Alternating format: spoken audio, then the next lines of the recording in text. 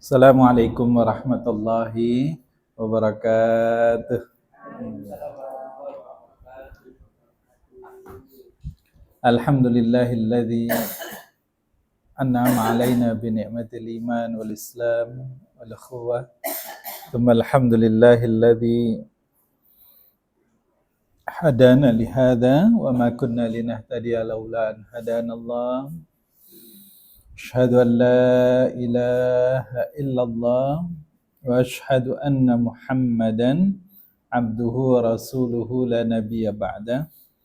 Allahumma salli wa sallim wa barik ala habibina wa syafi'ina wa qiyadatuna wa qudwatuna wa muallimuna wa qurratu ayunina Rasulullah Muhammad sallallahu alaihi wasallam wa ala alihi wa sahbihi wa man tabi'ahum bi ihsan la yaumiddin, amma ba'd.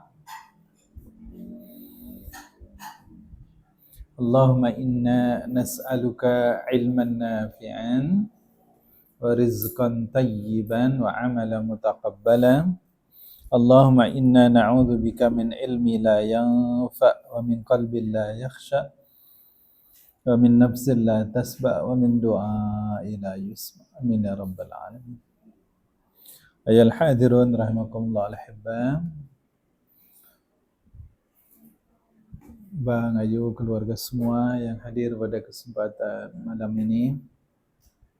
Alhamdulillah kita masih diizinkan oleh Allah Subhanahu wa taala untuk hadir di majelis ini, majelis ilmu, majelis tadabbur Quran insyaallah.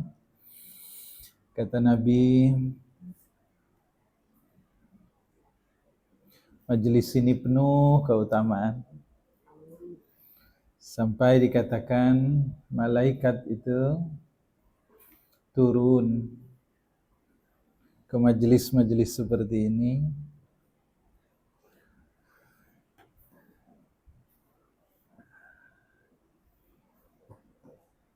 tidak hanya mendoakan orang-orang yang hadir di majelis ilmu seperti ini.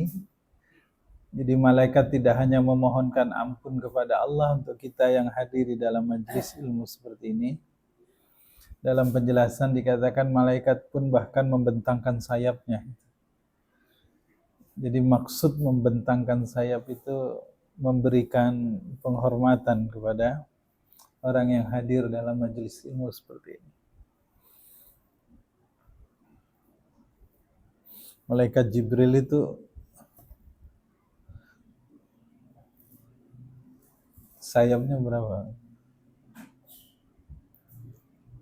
Dalam hadis dikatakan malaikat Jibril yang menunduk dan membentangkan sayapnya itu menunjukkan penghormatan kepada orang-orang yang hadir di majelis ilmu.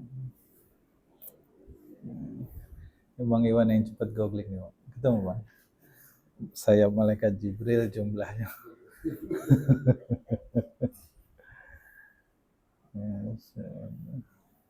Malaikat ada yang sayapnya 2, ada yang 4, ada yang 6, ada yang 8. Kalau malaikat Jibril berapa?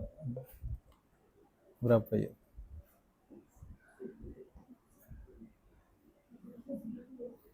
Ya. Tanya, enggak. Sayap 600. Sayap malaikat Jibril itu 600. Kita enggak bisa membayangkan karena enggak terbayang sama kita. Nengok makhluk bersayap 4 belum pernah gitu, enggak. Jangankan bersayap 4, 2 bae ya burung. Kita sebatas burung tuh lah kan. 2, 4 saja belum pernah, apalagi 6, apalagi. Hah? Oh iya, Masya Allah, betul, capung 4. Yang lebih dari itu 600 sayap dikatakan. Saya enggak, maaf saya belum paham juga apakah 300 ya, macam mana posisinya saya enggak. Totalnya. Jadi dikatakan dalam nas itu malaikat Jibril membentangkan sayapnya untuk orang yang hadir dalam majelis ilmu,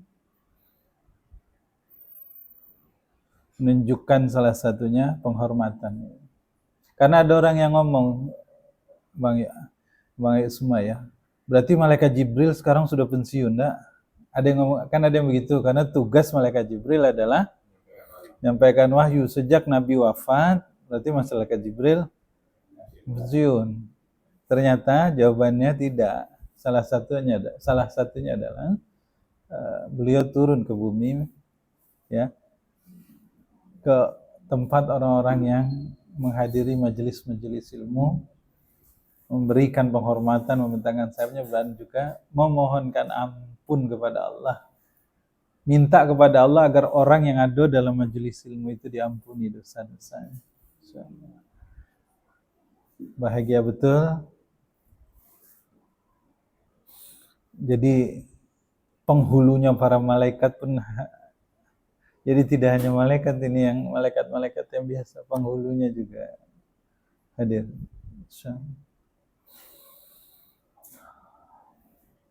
Semoga Allah berkahi kita bersama ya Pak. Insyaallah. Maka mari kita luruskan kembali niat kita duduk di sini insyaallah untuk tafaqquh fid din insyaallah. Kita lanjut pembicaraan kita bagian yang keempat ya, Dak? Bagian terakhir. Hah? Oh, 3 ya. 1 2. Kemarin 2 dan 3 sebetulnya kita. Karena yang ketiga itu adalah tentang Ashabul Jannah, pemilik kebun. Bagian pertama tentang kemuliaan akhlak Nabi, bagian kedua tentang 10 sifat orang kafir musyrikin sehingga mereka tidak bisa menerima petunjuk dari Allah. Bagian ketiga tadi tentang Ashabul Jannah. Nah, kita masuk bagian yang keempat. Sekaligus kita coba selesaikan pembicaraan hari ini ya. Sebelum kita masuk ke surah, mari kita lihat gambaran umumnya dulu ya, fishbone-nya sebentar. Bismillahirrahmanirrahim.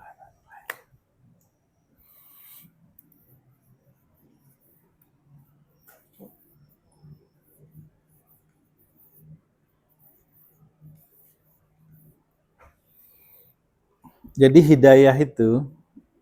hidayah petunjuk Allah Subhanahu wa taala itu ya,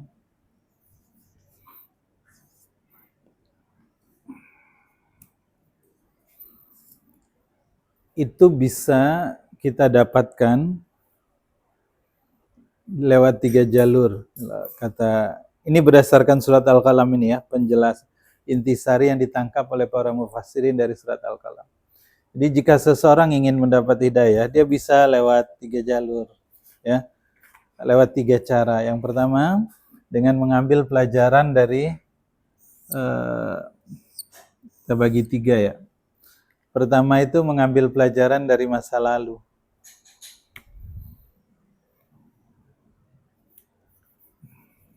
Maksud masa lalu ini apa? Ya, pengalaman-pengalaman orang terdahulu. Ya. Kejadian-kejadian yang sudah pernah berlaku dan kita diberitahu. Oh, kisah Fir'aun yang Allah tenggelamkan karena dia tidak patuh kepada Allah. Berkali-kali Allah peringatkan dia. Allah datangkan kepada Fir'aun itu nabi, tidak hanya Nabi Musa. Siapa lagi nabi yang Allah utus kepada Fir'aun, Bu?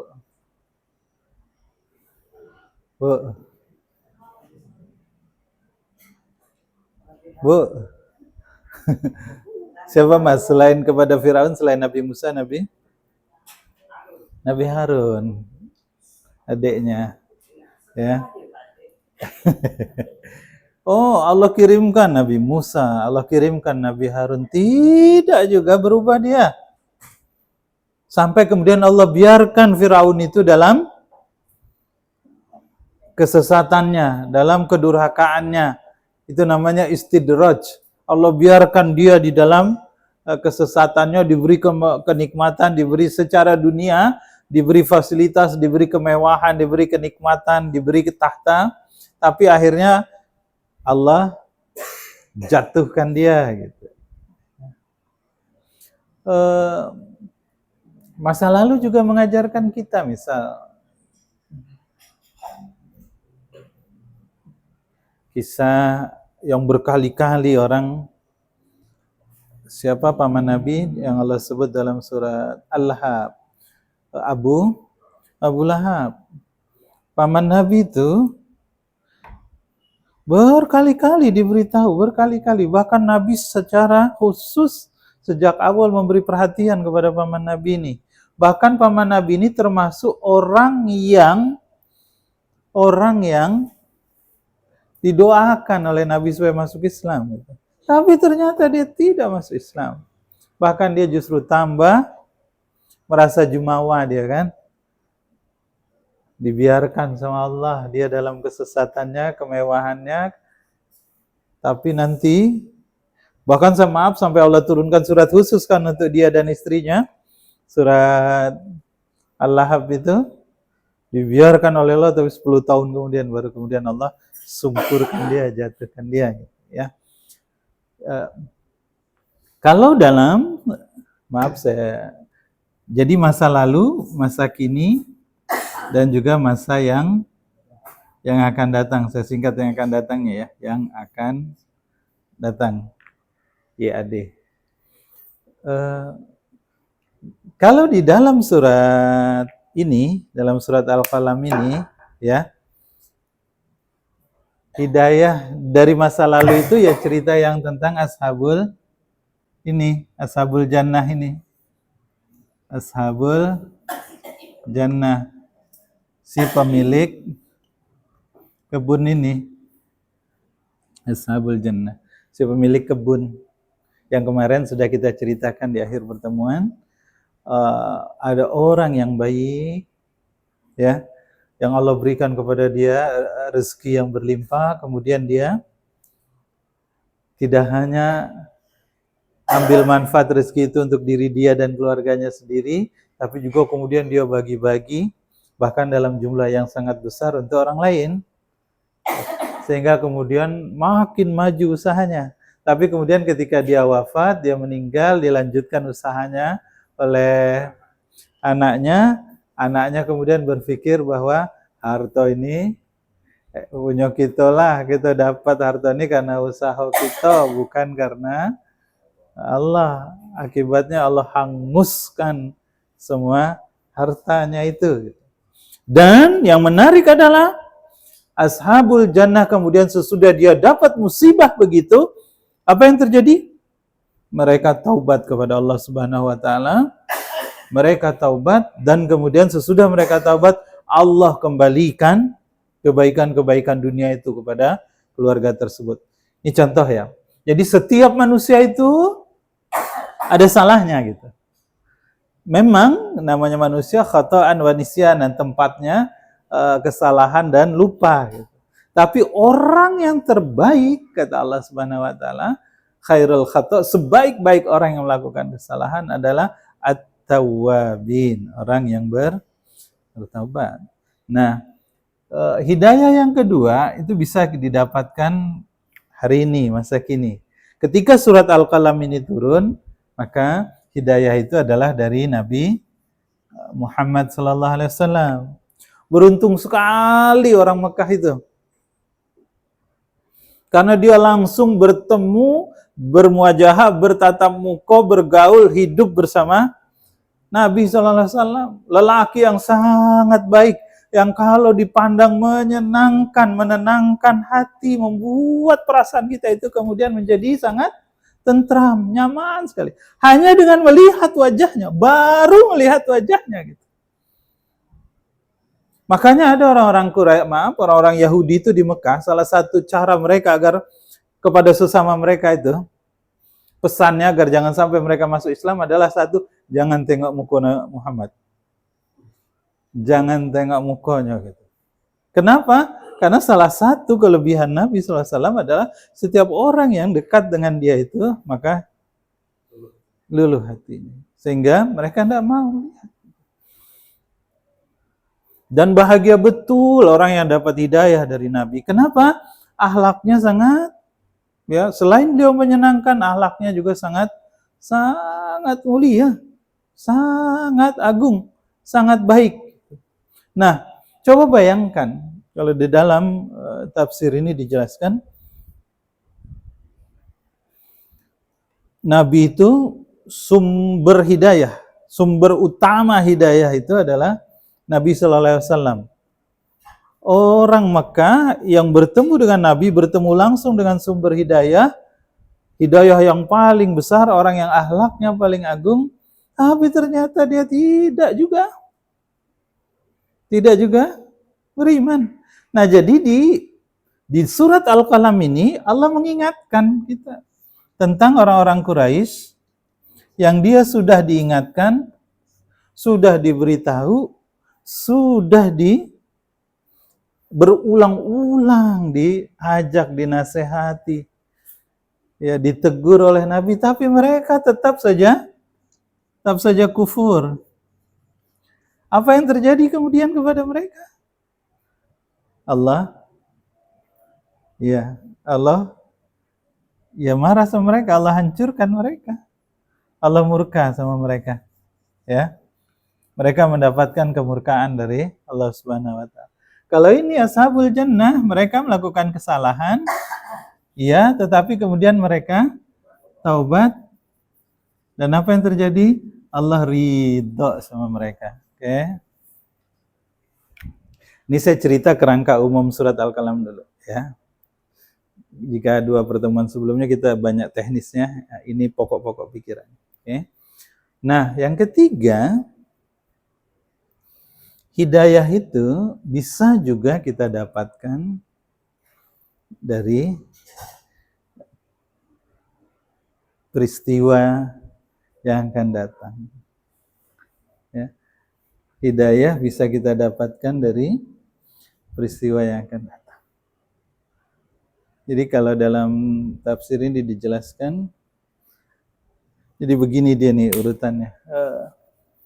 Ternyata Quraisy ini, ya, Quraisy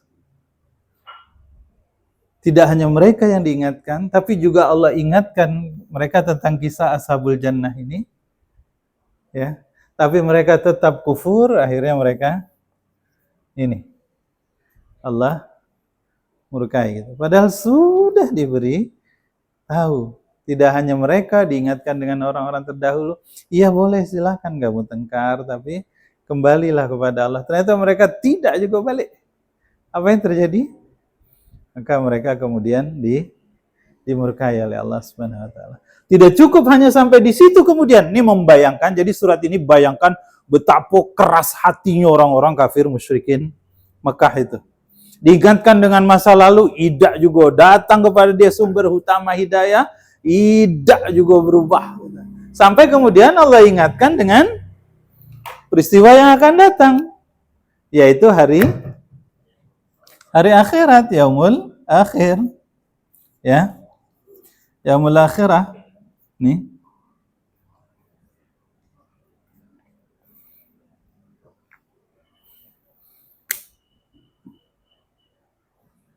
Allah katakan dalam surat Al-Qalam ini, ya, tentang akhirat ini. Jadi sesudah mereka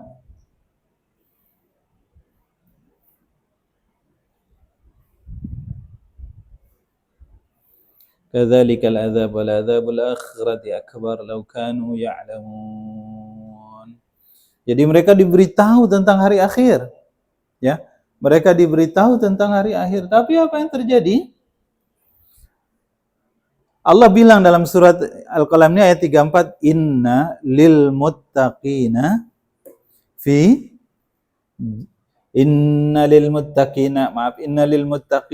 inda rabbihim jannatin na'im. Sesungguhnya, ya, kita mulai masuk nih, ya, bagian pembahasan surat ini.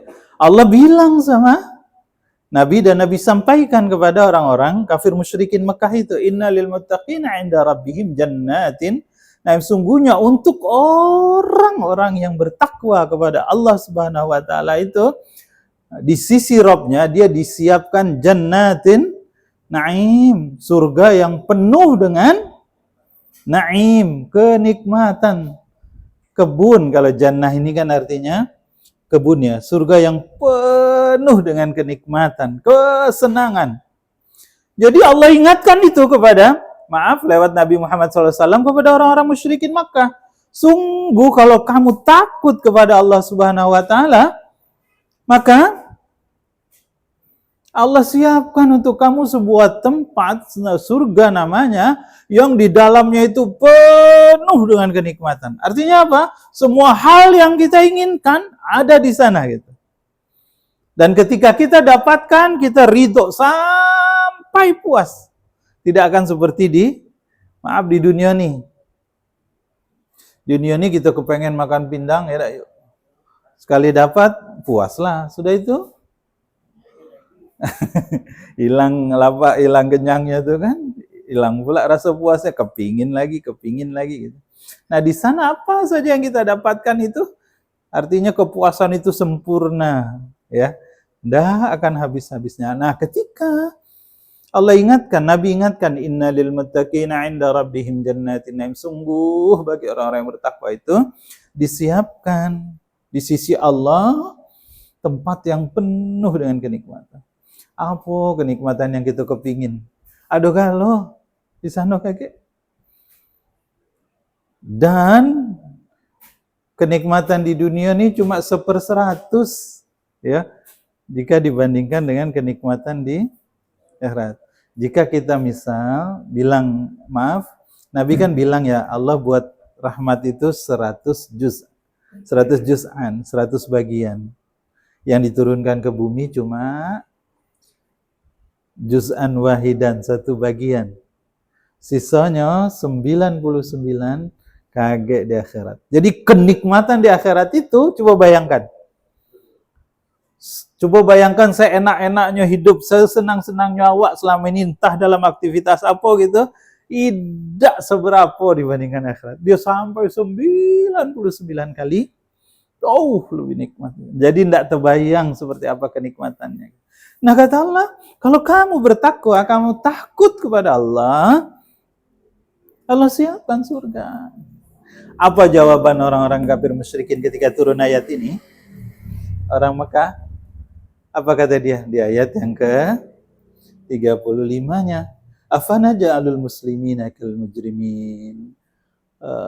Apakah patut kamu memperlakukan orang-orang Islam itu seperti orang-orang yang berdosa? Malah, ya, maksud ayat ini 35. Jadi orang kafir waktu turun ayat ini, innalil muttaqina 'inda rabbihim jannatin na'im, mereka bilang, ini perkataan orang kafir musyrikin Mekah waktu itu ya. Kami tidak percaya katanya, bahwa yang mendapatkan kenikmatan itu hanya orang-orang pengikut Muhammad saja. Lawang pengikut Muhammad di dunia ini bait, karena yang dia tengok waktu itu pengikut Nabi banyak. Ya, para golongan du'afa wal masakin, golongan hamba sahaya gitu. Justru mereka bilang yang mendapat kenikmatan itu kami. Dan nanti di akhirat, kalau memang ada akhirat itu, kami juga akan dapat kenikmatan itu. Bayangkan di dunia baik kami sudah diberi, apalagi kayak di akhirat. Mereka membuat sendiri logikanya gitu. Maka Allah sampaikan ini, afana ja'alul muslimina kal mujrimin. Apakah sama? Enggak. Gitu ya. Jadi, kita tutup dulu ini, cerita ini sebelum kita masuk lebih ringkas. Jadi, hidayah yang ketiga itu bisa kita dapatkan dari kita mempelajari tentang hari akhir. Tentang surga, tentang neraka, tentang pembalasan Allah Subhanahu wa Ta'ala. Ya, ini sumber hidayah. Nah, ketiga sumber hidayah ini Allah berikan kepada orang musyrikin Mekah, orang Mekah. Tiga-tiganya Allah kasih nih kan, Quraisy ini. Allah sampaikan cerita masa lalu, Allah datangkan untuk dia Nabi Muhammad SAW. Nabi Muhammad menyampaikan juga kepada dia tentang hari akhir. Ternyata tidak juga dia beriman. Maka bayangkan seperti apa perasaan Nabi itu. Ibaratnya nih, berbagai cara, ya, Jadi macam mana perasaan Nabi yang sedih, kecewa, bercampur juga. Sebetulnya ada kemarahan kalau dalam surat Al-Qalam ini diceritakan. Kenapa marah? Wajar. Kalau Nabi tidak bisa marah, berarti bukan manusia. Karena Nabi manusia, dia masih punya sifat marah, dalam tafsir dijelaskan. Ya, ini juga membayangkan macam mana bebalnya orang kafir musyrikin Makkah itu. Segala cara sudah dibayangkan, sudah diberitahu, tapi tidak juga berubah. Dan Nabi sedihnya itu adalah nanti di ayat 45, 46, 47 diceritakan. Nabi itu kan Allah berikan sifat sangat ingin agar keluarganya itu, saudara-saudaranya di Mekah itu masuk Islam, memeluk agama Islam, taat pada Allah. Laqad ja'akum rasulun min anfusikum. Ini kalau Yasinan hafal gitu nih. Laqad ja'akum rasulun min anfusikum azizun 'alaihi ma anittum harisun 'alaikum bil mu'minina raufur rahim. Ya, ayat 128, 129 Allah cerita tentang Nabi itu. Nabi sudah datang Rasul, laqad ja'akum rasul, sudah datang utusan Allah min anfusikum, dari golongan kamu sendiri, sama seperti kamu, manusia yang dia makan, yang dia minum, yang dia perlu tidur, yang dia istirahat, yang dia menikah, yang dia punya istri, yang dia punya anak, yang dia juga tetap bekerja untuk menghidupi nafkahnya. Min anfusikum, kata Allah, harisun alaikum, sangat menginginkan untuk kita itu, ya, sangat menginginkan agar kita itu beriman kepada Allah. Sampai jadi pikiran Nabi, sampai Nabi jadi sedih, betul. Ya, nanti permisalannya adalah Nabi Yunus, nanti pembandingnya. Ya, oke. Nah, sudah. Jadi ini pokok pikiran yang ada dalam surat Al-Qalam. Yang ingin saya sampaikan, yang perlu kita perhatikan juga, surat Al-Qalam ini dia adalah wahyu Allah yang keberapa? Wahyu yang kedua. Ya. Sesudah Al-Alaq turun Al-Qalam. Jadi di awal sekali kita sudah membayangkan bagaimana tantangan, bagaimana bebalnya orang musyrikin Makkah, bagaimana beratnya merubah keimanan orang-orang Makkah waktu itu. Oke. Baik. Insyaallah ini ya pokok pikiran tentang di surat Al-Qalam. Sekarang mari kita masuk lagi ke bagian selanjutnya dari surat Al-Qalam ini. Afanaj'alul muslimina kal mujrimin. Kata Allah Subhanahu wa taala, apakah jadi enggak sama, kata Allah, antara orang-orang yang musyrikin Mekah dengan antara orang beriman dan orang-orang yang mujrimin, banyak berbuat dosa. Jadi orang kafir musyrikin Mekah menganggap nanti kita juga dapat surga gitu. Nah, coba kita lihat di ayat 35 itu ya. Ketika mereka mengatakan afanaj'alul muslimina kal mujrimin, sesudah itu Allah membantah pernyataan orang-orang musyrikin Mekah itu bahwa kita di surga, di dunia bela dapat kenikmatan, di akhirat juga dapat gitu, kayak gitu. Allah bantah dengan 7 pertanyaan. Jadi sampai 7 Allah bilang nih ya, dan ini kita cepatkan saja ya. Malakum kaifa tahkumun? Mengapa kamu berbuat begitu? Kenapa kamu yakin bahwa kamu nanti akan dapat surga juga gitu? Amlakum kitabun fihi tadrusun? Apakah kamu punya kitab yang menyatakan seperti itu yang sudah kamu pelajari gitu? Amlakum aymanun alaina balighatun ila yaumil qiyamah? Apakah kamu sudah ada yang menjanjikan bahwa kamu akan betul-betul masuk surga gitu? Ya. Itu pertanyaan yang keberapa tuh sudah? 1, yang keempat ya, yang kelima. Salhum ayyuhum bidzalika zaim. Siapa di antara mereka nanti yang bertanggung jawab? Kamu bertanggung jawab, mungkin bahasanya gitulah kata Allah tuh. Jadi secara dalil akli mereka nggak punya dasar, dalil nakli mereka nggak punya dasar, taklid ngikut juga tidak ada yang mereka ikuti pendapat itu, sampai Allah Subhanahu Wa Taala bilang kepada mereka, siapakah yang mau tanggung jawab atas sikap kamu ini yang tidak mau juga beriman kepada Allah Subhanahu Wa Taala? Disambung lagi pertanyaannya, amlahum syuraka falyatu bisyurakaihim in kanu syadiqin. Apa kamu punya penolong-penolong, punya sekutu katanya? Kalau memang iya punya, coba datangkan mana gitu. Nah, sudah pertanyaan yang 7 itu Allah kemudian memberitahu. Nanti kata Allah. Ini diingatkan lagi tentang hari akhirat, hari yang akan datang ya. Yauma yukshafu an syaki wa yud'auna ila sujud fala yastati'un. Ingatlah pada hari nanti di mana betis-betis itu akan disingkapkan. Ketika mereka diseru untuk bersujud, maka mereka tidak mampu. Maksudnya apa? Ayat ini cerita, kapan peristiwa ketika betis itu disingkapkan? Maksudnya sudah di hari akhirat. Hari saat setiap kita akan menerima pembalasan.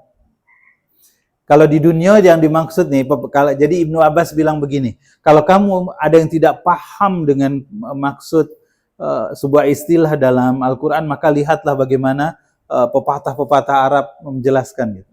Nah, pepatah Arab menjelaskan yang dimaksud betis disingkapkan itu adalah saat segala sesuatu itu hari penentuan lah gitu. Kalau orang nak berperang, bertempur itu kan, ibaratnya dia kan pasti ngencangkan ikat pinggang, ke celana yang panjang-panjang ini pasti diangkat gitu. Sarung pasti dikuatkan. Itulah maksudnya. Ketika betis ini tersingkap, saat dimana setiap hari penentuan itu sudah datang. Nah, dikatakan dalam Al-Quran, ketika hari penentuan, hari kiamat itu datang, dan semua kita kemudian melihat kebesaran Allah, orang-orang yang beriman itu sujud. Di alam barzah nanti orang-orang yang Allah ridhoi masuk surga, bertemu dengan malaikat, kemudian dia mendapatkan raudhah fi min riyadil jannah, surganya itu, makamnya, kuburannya itu menjadi surga di antara surga-surga Allah di atas muka bumi ini. Mereka sujud gitu. Nah, orang yang kafir musyrikin itu tidak mampu mereka. Kenapa? Tulang-tulangnya itu jadi keras semua. Tidak bisa dia mau untuk pengen sujud juga seperti orang lain nanti, ya. Tapi tidak bisa karena tulangnya semuanya sudah keras. Tidak bisa lagi, kata Allah SWT. Mereka tidak mampu. Kita kepengen sekali ikut sujud supaya pada hari itu kita paham kan, semua orang akan paham, tidak ada lagi penguasa kecuali Allah Subhanahu Wa Taala. Allah lah yang nanti akan memberikan hukuman atas apa saja yang kita lakukan di atas muka bumi ketika salah, memberikan imbalan ketika yang kita lakukan itu baik. Kita melihat kebesaran Allah nanti di hari akhir. Nah, dikatakan di sini mereka nggak bisa, ya. Yuk kita tengok pelan-pelan ya ayat ini. Ayat 43-nya.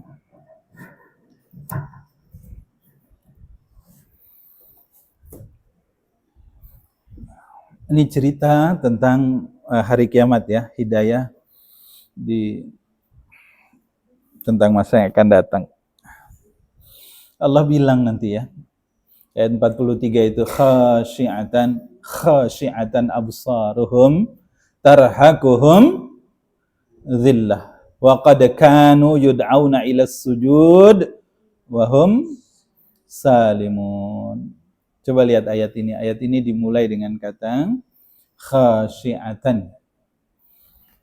Pandangan khasyi'atan itu kata dasarnya khusyuk. Ya. Nanti di akhirat jadi terbalik nih kakek. Suasana jadi terbalik. Di dunia ini yang khusyuk siapa? Orang yang beriman apa orang yang kafir? Orang yang beriman. Kakek di akhirat terbalik. Orang kafir yang khusyuk, orang beriman mukanya sumringah. Terbalik keadaannya. Apa itu khusyuk? Khusyuk kan, khusyuk ini rasa apa, macam mana khusyuk itu ya? Khusyuk itu adalah rasa takut yang murni berasal dari dalam hati, ya, yang berasal dari dalam hati dan dia nampak keluar. Takut yang kalau dalam bahasa kamus itu adalah takut yang menyembul keluar. Khusyuk itu takut yang menyembul keluar. Maksudnya nampak dari mata. Orang yang khusyuk itu nampak dari matanya. Kalau lagi sholat khusyuk, jatuh air matanya. Itu pandangannya tertunduk ke bawah. Suaranya parau, bergetar, gitu dak. Anggota tubuhnya sama gemetar. Detak jantungnya kuat sekali. Itu kan khusyuk, ya. Jadi kalau kita ingin mengukur salah satunya, kita sholat khusyuk atau tidak, kita lihat dari mana ini. Karena yang dimaksud khusyuk tadi itu adalah takut yang murni, yang datang, yang lahir dari hati sehingga nampak keluar. Ya. Apa beda takwa sama khusyuk? Khusyuk juga takut, takwa juga takut. Kalau khusyuk tadi langsung nampak dari anggota tubuh kita, kalau takwa itu adalah rasa takut yang mendorong kita untuk beramal, melakukan sesuatu. Itu takwa namanya. Ya, jadi sama-sama aja. Takwa, takut itu kan dalam bahasa Arab ada takwa, ada khusyuk, ada khaufun, ada yang lain-lain. Nah, baik. Nah, kata Allah, tarhaq khasyiatan absaruhum. Pandangan mereka itu, absar mereka itu khasyiyah, tertunduk, khusyuk mereka.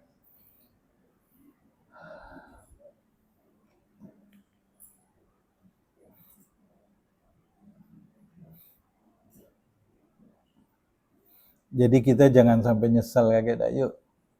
Di dunia awak ada khusyuk, baru di akhirat kayak kita khusyuk. Kalau di akhirat khusyuk, tidak ada lagi gunanya. Yang ada adalah penyesalan. Ngapo? Khusyuknya karena nyesal, karena sudah di depan mata siksa tuh, sudah di depan mata azab tuh. Jadi pandangan kita itu menunduk ke bawah. Di sini kata Allah, khasyatan absaruhum tarhaquhum zillah. Tarhaquhum itu diliputi oleh zillah. Zillah itu kehinaan. Tarhaquhum itu asal katanya rohaqo. Rohaqo itu meliputi. Maksud meliputi itu menutup semua.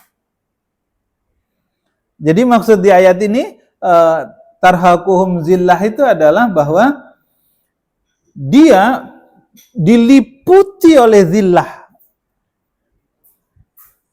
Zillah itu kehinaan. Jadi dia menunduk dan seluruh diri dia, jasad dia, tubuh dia itu betul-betul diliputi oleh rasa zillah. Tarhaquhum dari kata rohaqo yang artinya terbungkus rapat penuh. Semua mulai dari kepala, mata, telinga, hidung, mulutnya sampai ke badannya, kakinya, tangannya, semuanya diliputi oleh zillah, kehinaan. Itu menggambarkan kehinaan itu kata Allah Subhanahu wa taala. Tarhakum tadi itu ya, menyeliputi. Kalau zillah itu di sini zillah itu kalau diterjemah ini kan hina. Kalau dalam kamus zillah itu adalah artinya orang yang perasaannya sudah tidak ada harapan lagi. Bahasa mudiknya itu yuk hopeless. Orang yang merasa helpless juga. Tidak adalah orang yang feelingnya tidak ada lagi yang bisa nolong aku. Matilah aku nih gitu. Helpless dia. Atau tidak punya lagi harapan. Oh, ya sudahlah macam inilah aku nih. Ya, itu zillah namanya. Nanti orang yang sudah diberi peringatan dengan peristiwa masa lalu, hari ini, dan juga diingatkan dengan hari akhirat, tidak juga dia kemudian beriman kepada Allah, kaget. Hari berbangkit itu kita khusyuk, tapi khusyuk dengan sepenuh penyesalan. Ya, tarhaquhum zillah, betul-betul kita itu diselimuti oleh kehinaan. Zillah itu juga dalam bahasa, dalam kamus artinya rendah diri, merendahkan diri. Kan ada di dalam Muhammad Rasulullah, surat Muhammad Rasulullah walladzina ma'ahu asyidda'u 'alal kuffar. Maaf bukan. Itu surat Muhammad. Ini yang di dalam surat Al-Maidah. Adzillatin ya ayyuhalladzina amanu, hai orang-orang yang beriman, jika mayartadda minkum an dini fasawfa ya'tillahu biqaumin yuhibbuhum wa yuhibbuna. Ciri orang yang dicintai Allah dan Allah cinta kepada mereka adalah adzillatin 'alal mu'minin. Adillah itu artinya saling merendahkan diri di sesama mukmin. Ini ciri orang yang cinta pada Allah dan Allah cinta pada dia. Sesama mukmin saling merendah, tidak sombong, tidak ujub, tidak merasa lebih hebat, tidak merasa lebih pandai, tidak merasa lebih pintar, tidak merasa lebih alim, tidak merasa lebih tua, pokoknya tidak merasa lebih dari yang lain. Azillah dia, azillatin 'alal mu'minin, kepada sesama muslim dia merendahkan dirinya. Nah, itu azillah. Nah, di sini di akhirat nanti orang yang tidak taat kepada Allah, selain khasyatan absaruhum, pandangannya itu khusyuk, tertunduk, dia juga terhakuhum zillah.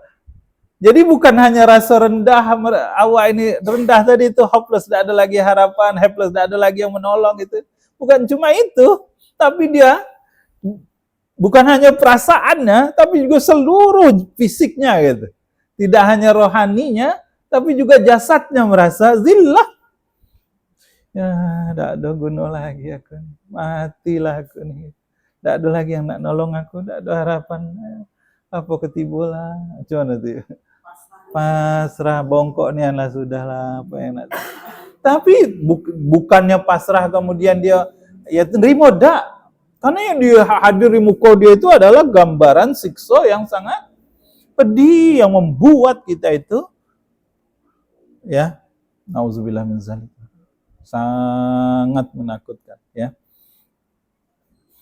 Khasyi'atan absaruhum tarhaquhum dhillah wa qad kanu yud'auna ila sujudi wa hum salimun. Sungguh dulu mereka diseru untuk sujud,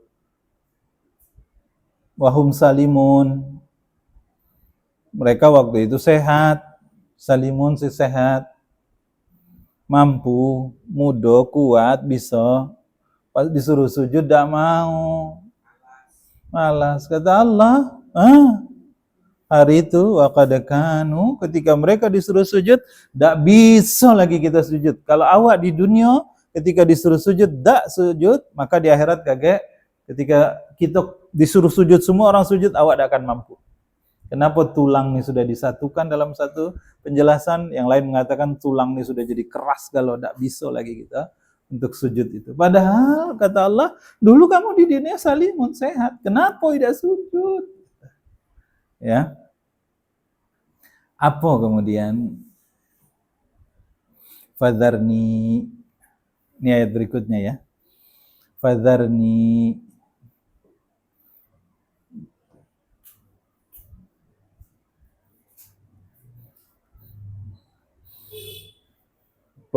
itu serahkan urusannya sama aku. Itu kata Allah. Jadi ini yang saya bilang tadi kan ya. Nabi itu dia memikirkan betul sahabat-sahabatnya, keluarganya. Allah, kenapa tidak mau juga? Kenapa tidak mau juga beriman gitu? Oleh Nabi jadi beban pikiran itu. Ya wajar, sama lah seperti kita ya, dak. Orang dekat kita, keluarga kita tengok dia, kita ajak sholat beda, mau sholat, kita ajak untuk jangan minum, jangan melakukan yang maksiat, tetap dilanggar, pasti sedih hati ini, ya pasti sedih hati ini. Nah, Nabi itu terbawa pikirannya, maka Allah kemudian mengingatkan Nabi, fadharni, sudah. Kalau bahasa kita tuh, jangan kamu pikirkan. Serahkan ini kepadaku. Jadikan, kalau dalam kamus dikatakan fadharni ini adalah sudah. tinggalkan, jangan pedulikan lagi, serahkan, itu urusanku, kata Allah Subhanahu wa taala. Ya. Ayat ini juga memberitahu kita bahwa tugas kita itu adalah berusaha. Masalah hasil serahkanlah kepada Allah. Jadi jangan pula ya kan orang itu tidak mau, keluarga kita ajak tidak mau, kita ingatkan tidak mau, kita putus pula hubungan keluarga dengan dia. Kalau kau tidak mau juga berubah, kau bukan keluarga aku lagi, kau bukan abang aku, bukan dari kita, bukan keluarga lagi. Jangan, ya, serahkan urusannya pada Allah. Serahkan urusan Allah. Jangan kemarahan itu, kemudian kesedihan itu, kekecewaan itu membuat kita kemudian mengambil langkah yang salah. Allah bilang sama Nabi, jadi ini kan dibayangkan tadi itu, betapa kerasnya orang-orang kafir musyrikin Mekah itu. Allah bilang, fadharni, sudah serahkan urusannya kepadaku, wa may yukadzibu bihadzal hadis. Serahkan urusan orang-orang yang mendustakan perkataan ini. Wa may yukadzibu. Jadi Allah kembali pakai kata yukadzibu. Yukadzibu itu tahu tetapi didustakan. Wa may yukadzibu bihadzal hadis. Serahkan urusannya buat orang-orang yang mendustakan hadzal hadis. Hadzal hadis itu dalam tafsir dikatakan bisa bermakna Al-Qur'an, orang-orang yang tidak mau mengikuti Al-Qur'an. Bihadzal hadis di situ adalah hari kiamat, karena ayat ini sedang cerita tentang hari kiamat. Yang ketiga dalam tafsir hadis di situ adalah perkataan dari Nabi sallallahu alaihi wasallam. Itu makna bihadzal hadis. Nah, tengok ayat berikutnya. Sanastadrijuhum min haitsu la ya'lamun. Sanastadrijuhum itu inilah yang sering kita sebut namanya istidraj. Sanastadrijuhum. Saya tulis nih ya.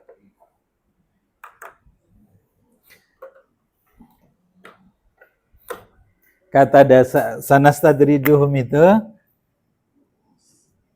sanastadrijuhum.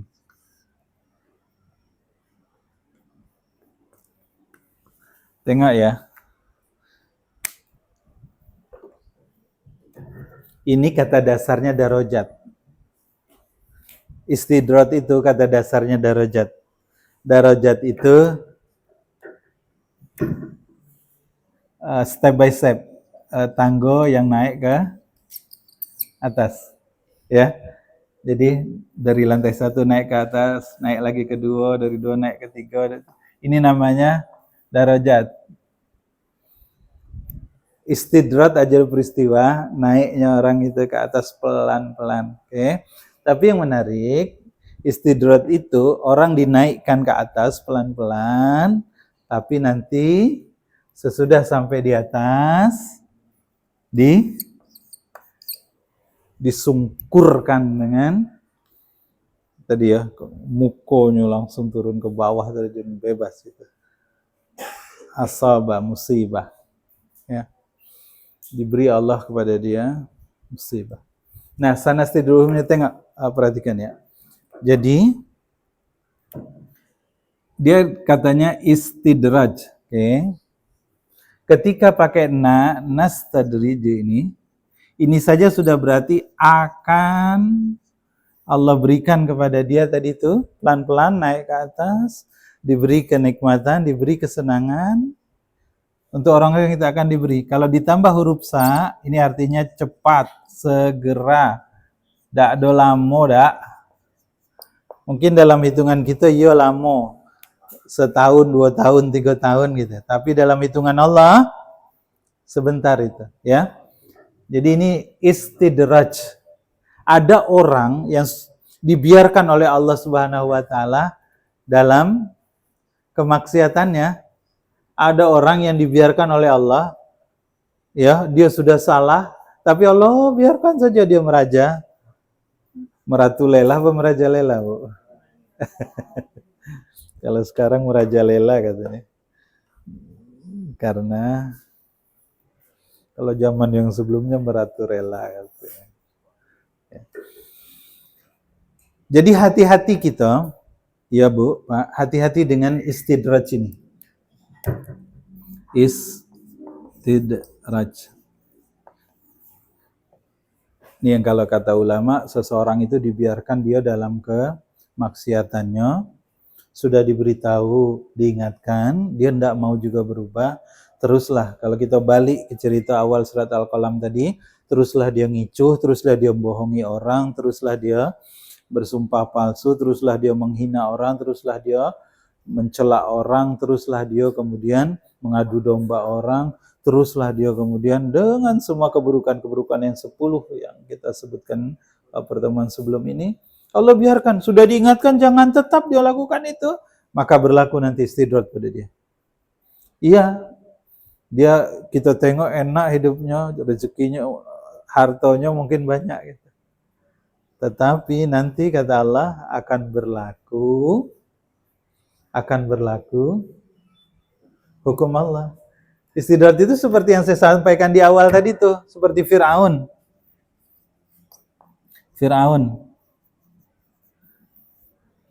Dia jadi raja sampai ya mulai dari Nabi Musa kecil sampai jadi remaja diangkat jadi rasul. Sampai kemudian Allah bukan hanya itu. Tidak cukup hanya dengan satu nabi. Allah turunkan lagi Nabi Harun, tidak juga berubah. Allah lantak, dibiayai sampai kemudian Allah tenggelamkan dia. Sama seperti tadi Abu Lahab, dia baru meninggal 10 tahun sesudah surat Al-Lahab turun. Allah biarkan dia dalam kemaksiatan. Nauzubillah min. Bu, Pak, nanti kita akan melihat di ayat ini, ternyata musibah itu bisa jadi tanda sayang dari Allah. Saya ulang ya, Abang Ayu.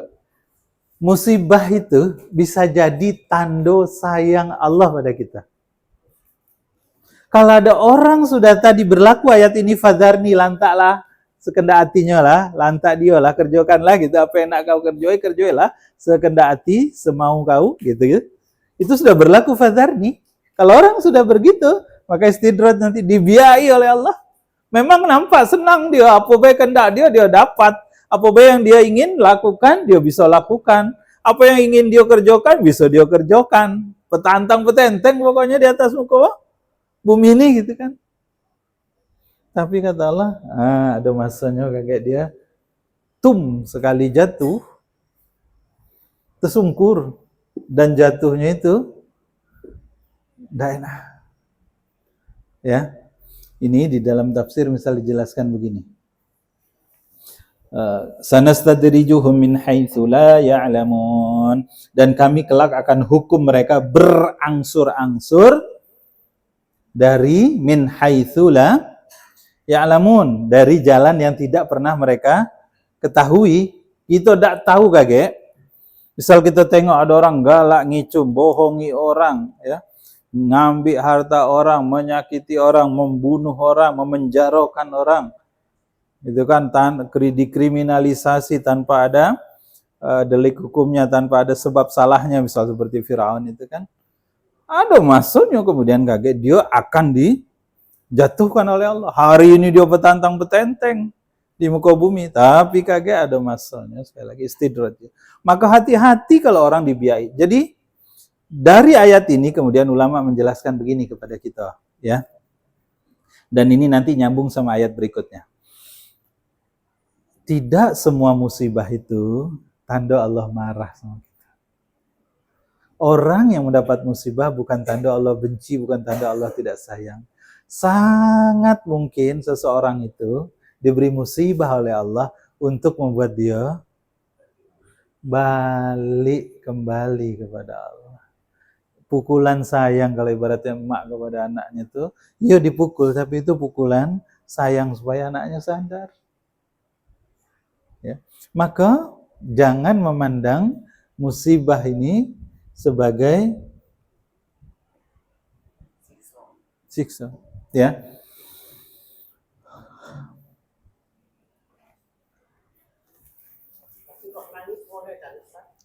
Manis apa yuk maksudnya? Nangis. Oh, nangis. Kalau musibah nangis. Nabi nangis juga ya.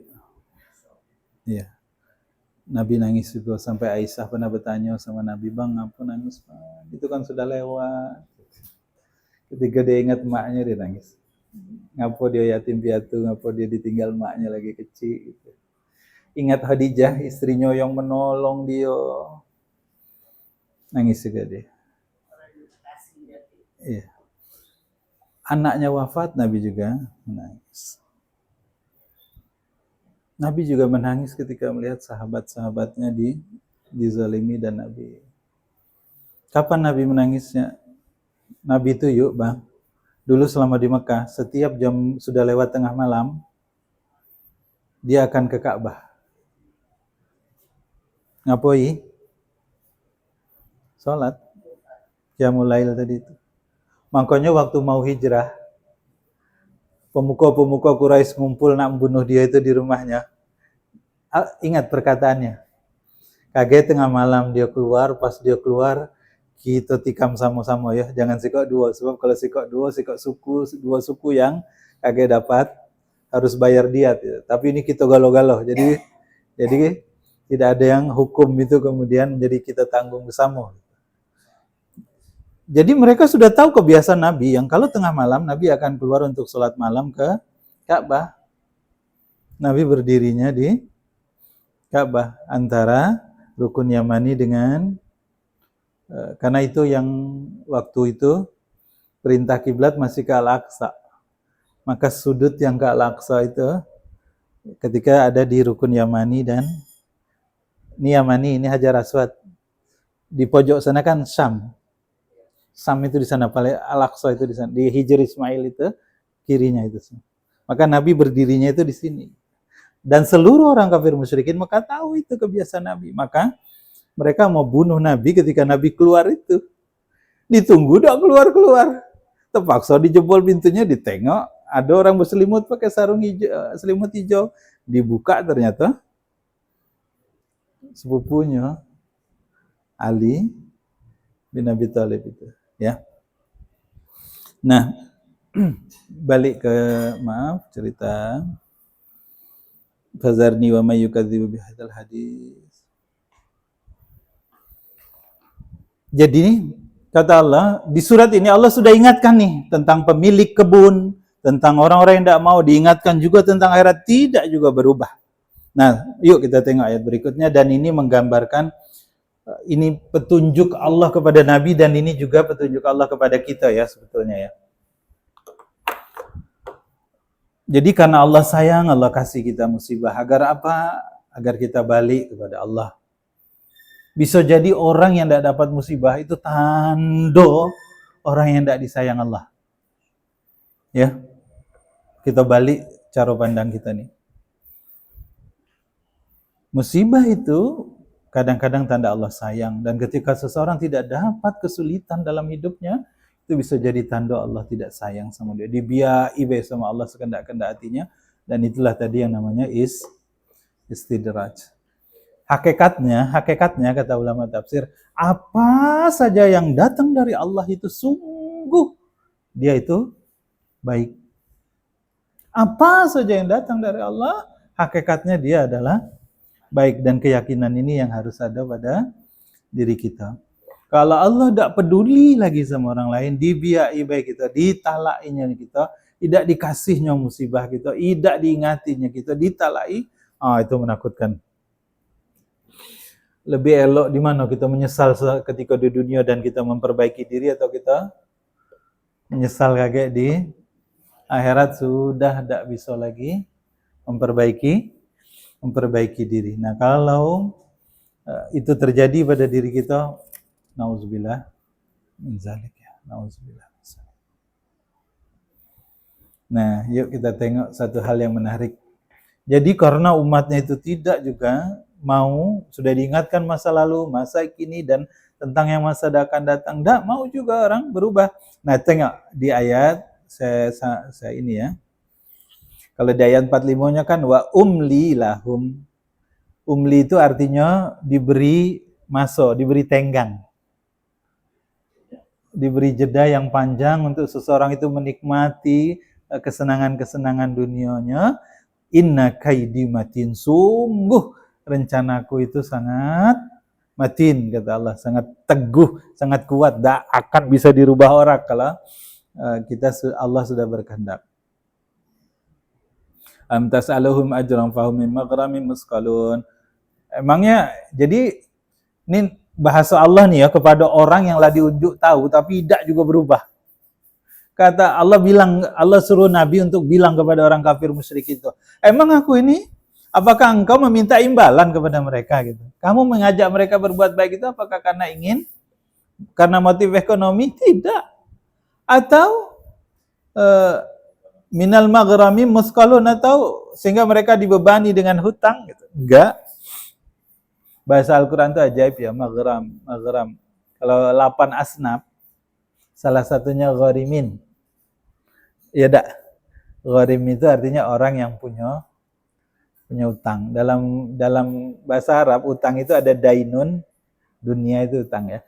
Dainun ada ini, gharim, maghrum. Kalau dainun itu hutang yang belum sampai masuk tenggangnya. Kalau maghrum orang yang hutang yang sudah sampai pada masa tenggang. Jadi Nabi SAW sudah sedemikian rupa ya, tapi mereka tetap juga tidak mau beriman kepada Allah. Malah sampai Allah bilang, apalagi yang membuat kamu beriman gitu. Karena mereka tidak juga beriman, apa kata Allah kepada Nabi? Ini juga untuk kita ya. Kita ngajak orang lain, kita ngingati keluarga, tak juga mau. Apa kata Allah Subhanahu wa taala? Fasbir. Ya, ayat 48-nya. Fasbir li hukmi rabbik. Maka bersabarlah kamu terhadap ketetapan dari Tuhanmu. Sabar. Serahkan hasilnya kepada Allah, yang penting kamu usaha. Lingkungan kita, tetangga kita, masjid kita, tempat kita bergaul, kita kepengen semuanya baik, sudah kita ajak baik, tapi tidak juga berubah. Kata Allah, fasbir. Jangan kau musuhi, jangan kau tinggalkan. Fasbir. Coba tengok ayat berikutnya. Wala takun ka sahibil hut iznada wa huwa makdzum. Jangan kamu seperti kasahibil hut, seperti orang yang ada di dalam perut hut. Hut itu ikan besar. Wa huwa makdzum, ketika dia makzum. Makzum itu marah gitu ya, berdoa dengan kemarahan. Siapa yang dimaksud di sini? Nabi. Nih, yuk kita tengok ya. Sedikit mengenal Nabi Yunus ini. Kenapa di ayat ini yang diceritakan Nabi Yunus? Ya. Nabi Yunus itu tinggal di, ada yang tahu? Ada yang ingat? Kalau Nabi Muhammad, Nabi kita nih tinggal di Makkah. Ya tak? Nabi SAW tinggalnya di. Jadi ternyata kenapa Allah sebut Nabi Yunus di sini? Karena ternyata mirip perilaku orang Mekah ini dengan perilaku orang di Ninawa itu. Ya, Nabi Yunus ini tinggalnya di Ninawa. Ya. Ninawa ini di mana? Ya, Ninawa. Oke. Kalau sekarang Ninawa itu nama kotanya Mosul. Kalau tengok di peta Irak itu, dia ini Mosul nama kotanya, ya. Mosul.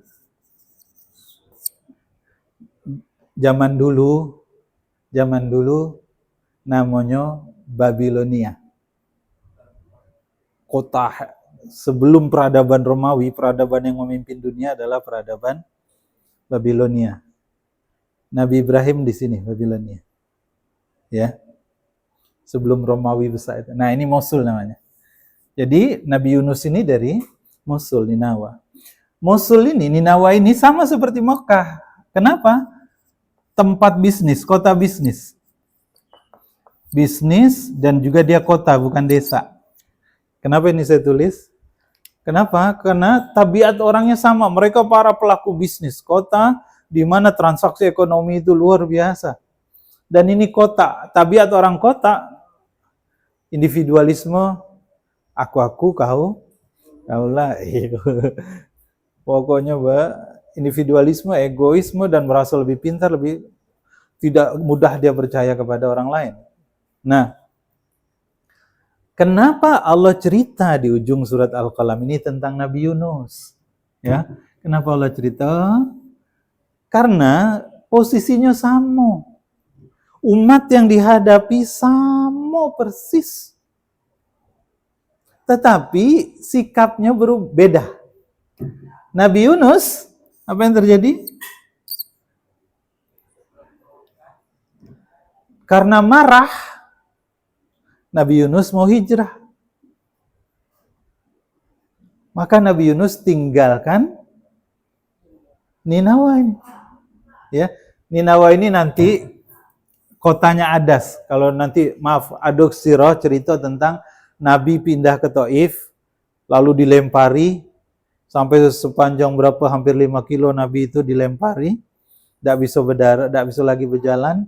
Dia berhenti, yang nolong ada seorang pemilik kebun anggur, namanya Adas di situ di Taif. Adas itu dari sini juga dia, dari Ninawa yang menolong Nabi. Nah, orangnya sama, tabiatnya sama. Kenapa Allah sebut cerita ini? Karena ketika Nabi Yunus dia kecewa, dia marah, umatnya tidak mau menerima padahal dia sudah berdakwah luar biasa gitu. Dia marah, lalu dia meninggalkan ini, dia hijrah, kalau boleh, kalau boleh kita pakai bahasa sekarang. Ya. Jadi bukan Nabi Yunus meninggalkan kaumnya, lantaklah kau, aku nak minum kopi belah, enak aku buka kebun dewe, ada aku urus kau gitu. Bukan itu maksudnya. Yang dimaksud meninggalkan di situ adalah Nabi Yunus berpikir untuk mencari tempat mendakwahi kota yang lain. Karena dia selaku Nabi, orang ini sudah tidak lagi mau diberitahu, maka dia tinggalkan. Salahnya Nabi Yunus adalah tidak menunggu perintah dari Allah. Akibatnya apa yang terjadi? Dia belum ada izin dari Allah, belum ada perintah dari Allah, Nabi Yunus sudah berpikir untuk meninggalkan umatnya dan mencari tempat dakwah yang baru. Ketika dia mau naik kapal pergi laut yang dekat dengan Mosul itu Laut Tengah. Saya curiga ke Laut Tengah itu ya. Mediterania, Laut Mediterania. Naik kapal, orang sana kan tahu semua itu Nabi, senang sekali. Ternyata singkat cerita, keberatan harus ada yang dilempar, diundi 3 kali keluar Nabi Yunus. Akhirnya dia buka baju.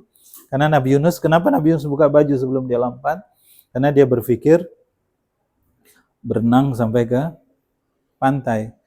Berenang pakai yang ringan adalah artinya ya hanya menutup aurat saja dan dia membuka bagian atas.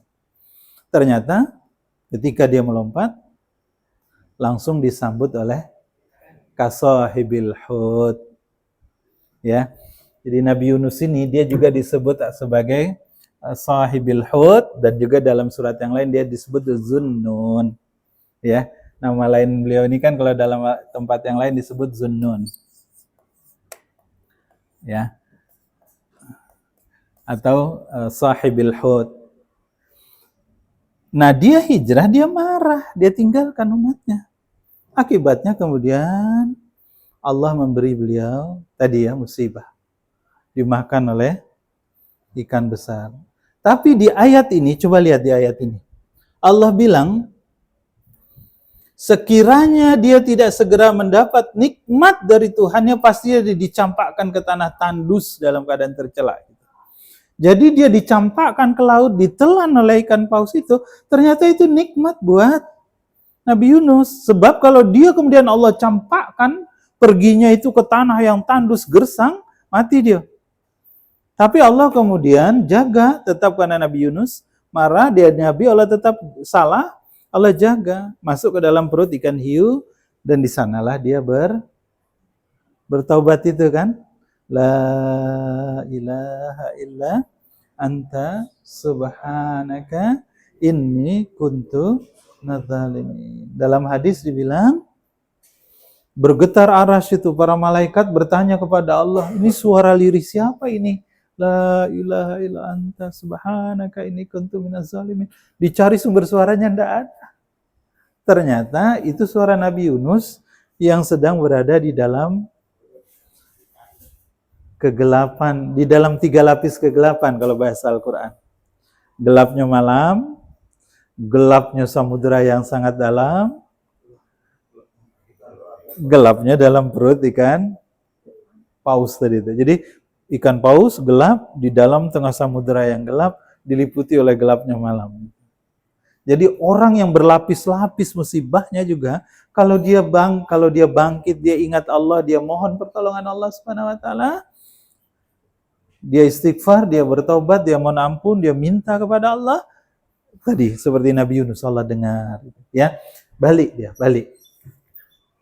Nah, bedanya sama Nabi apa? Nabi hijrah juga. Nabi hijrah enggak? Nabi hijrah juga. Bahkan yang pertama sahabat-sahabat disuruh hijrah ke Habasyah, ke Ethiopia, Eritrea itu, di bawah negara di sebelah Ethiopia. Oh, ternyata di sana belum seperti yang diinginkan.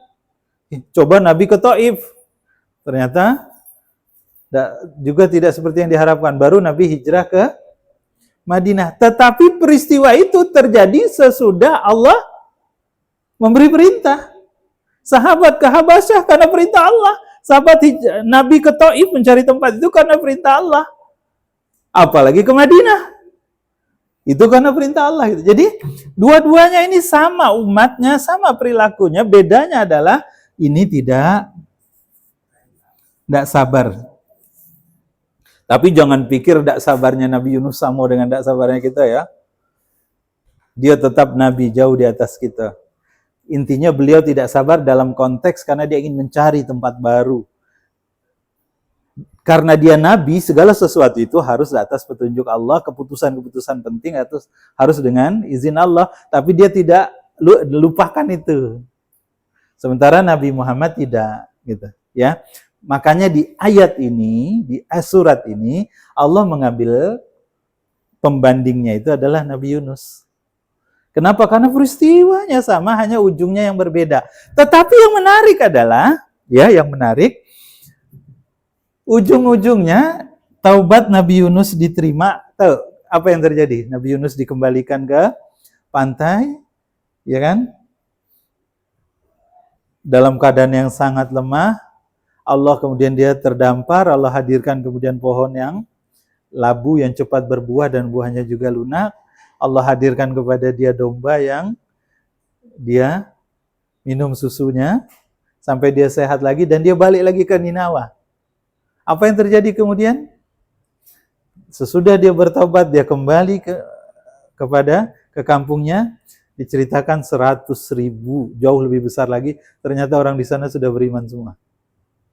Awal mula larinya Nabi. Nah, ini juga harus kita tengok supaya jangan Kenapa Nabi Yunus lari? Karena dia sudah beri peringatan, enggak juga berubah. Suatu saat dia melihat awan tebal yang dia kira itu adalah azab Allah, sama seperti dulu kaum Nabi Lut, kaum Nabi yang Nuh diberi azab karena lihat itu. Jadi Nabi Yunus itu cepat berlari karena persangka dia itu tapi tetap saja dia khilaf karena hanya mengikuti prasangkaannya, tidak berdasarkan petunjuk Allah. Itu kata para mufassirin. Balik ke kampungnya, 100.000 orang kampungnya beriman. 100.000.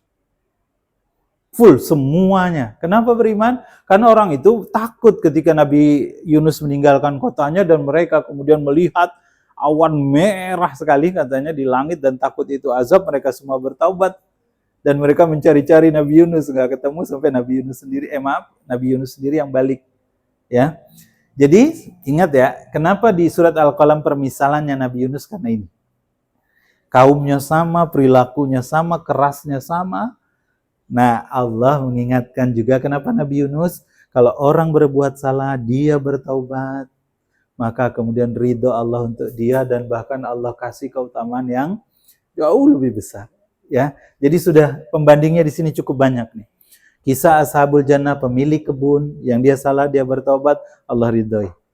Nabi Yunus yang dia melakukan kekhilafan, dia bertaubat, dia mohon ampun, Allah kemudian beri hasil yang luar biasa.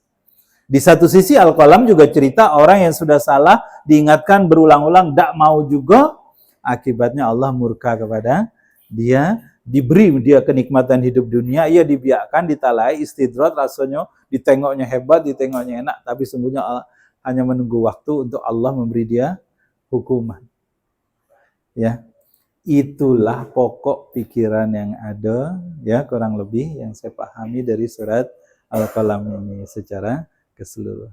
Intinya, ayo banyak pelajarannya nih ya. Satu, Nabi Muhammad itu akhlaknya sangat agung. Itu wa innaka la'ala khuluqin azim. Yang kedua, kalau kita memiliki 10 sifat yang buruk yang disebutkan itu, Allah tidak akan beri kita hidayah. Belajarlah dari pemilik kebun bagaimana mendistribusikan pendapatannya.